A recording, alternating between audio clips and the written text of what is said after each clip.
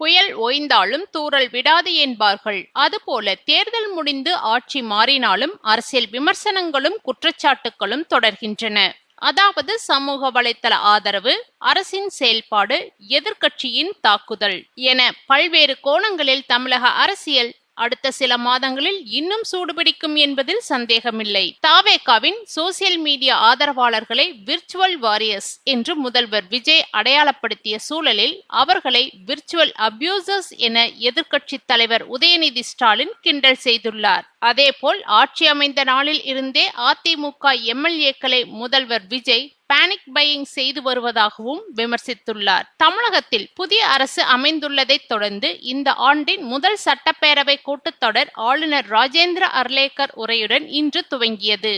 தாவேகா அரசு தயாரித்து கொடுத்த உரையில் ஒரு வார்த்தை கூட மாற்றாமல் ஆளுநர் அர்லேக்கர் அப்படியே வாசித்து சென்றார். ஆனால் சட்டசபை மரபுகளுக்கு மாறாக 2 முறை தேசிய கீதம் இறைக்கப்பட்டது சர்ச்சையாகியது. இதன் பின் செய்தியாளர்களை சந்தித்து எதிர்க்கட்சி தலைவர் உதயநிதி ஸ்டாலின் பேசுகையில், தாவேகா ஆட்சி அமைந்து 1 மாதத்திற்கு மேல் ஆகிறது. இவர்களிடம் சொல்ல சாதனைகளே இல்லை. இவர்கள் சொல்வது, அறிவிப்பது எல்லாமே திராவிட மாடல் அரசின் கீழ் கொண்டுவரப்பட்ட திமுகவின் திட்டங்கள், சாதனைகள்தான். தாவேகா ஆட்சி காப்பி பேஸ்ட் அரசாக இருக்கிறது. திமுக அரசின் திட்டங்கள் மீது ஸ்டிக்கர் ஒட்டிவிட்டு ஆட்சியின் தோல்விக்கான பழியையும் திமுக மீது போட்டுள்ளார்.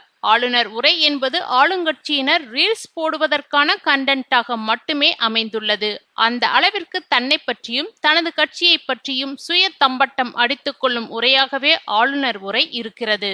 முதல்வர் விஜய் கோட் சூட் அணிந்துள்ளார், வேட்டி சட்டை அணிந்துள்ளார், டிஃபன் பாக்ஸ் கொண்டு வந்தார் என்றுதான் தாவேகா விர்ச்சுவல் வாரியர்ஸ் ட்ரெண்ட் செய்கின்றனர். அவர்கள் விர்ச்சுவல் வாரியர்ஸ் அல்ல, விர்ச்சுவல் அபியூசர்ஸ். முதல்வர் விஜய் உண்மையான பிரச்சனைகள் குறித்து என்றைக்கு வாய் திறப்பார் என்று தெரியவில்லை. பேரிடர் காலங்களில் உணவுப் பொருட்கள், பெட்ரோல், டீசல் உள்ளிட்ட பொருட்களை வாங்குவது போல் ஆட்சி அமைந்த நாள் முதல் அதிமுக எம்எல்ஏக்களை முதல்வர் விஜய் பேனிக் பையிங் செய்து வருகிறார். தேர்தல் பரப்புரையின் போது பெண்கள் பாதுகாப்பு குறித்து விஜய் வீரவசனம் பேசினார். ஆனால் இன்றைய சூழலை பார்க்கும்போது கண்ணாடியை பார்த்துட்டுத்தான் பேசிட்டு இருக்கீங்க சார் என்பதாகவே இருக்கிறது என்று கூறியுள்ளார். சமூக வலைத்தளங்களில் உருவாகும் ஆதரவு எவ்வளவு பெரியது, அது உண்மையான மக்கள் ஆதரவாக மாறுமா என்ற விவாதம் தமிழக அரசியலில் மீண்டும் தலை தூக்கியுள்ளது.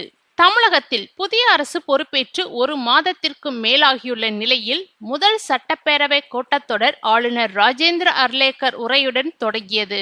தாவேகா அரசு தயாரித்து வழங்கிய உரையை ஆளுநர் எந்த மாற்றமும் செய்யாமல் வாசித்து சென்றது ஆளுங்கட்சியினரிடையே வரவேற்பை பெற்றது. ஆனால் சட்டப்பேரவை மரபுகளுக்கு மாறாக தேசிய கீதம் 2 முறை இசைக்கப்பட்ட விவகாரம் எதிர்க்கட்சிகளின் விமர்சனத்திற்கு உள்ளானது.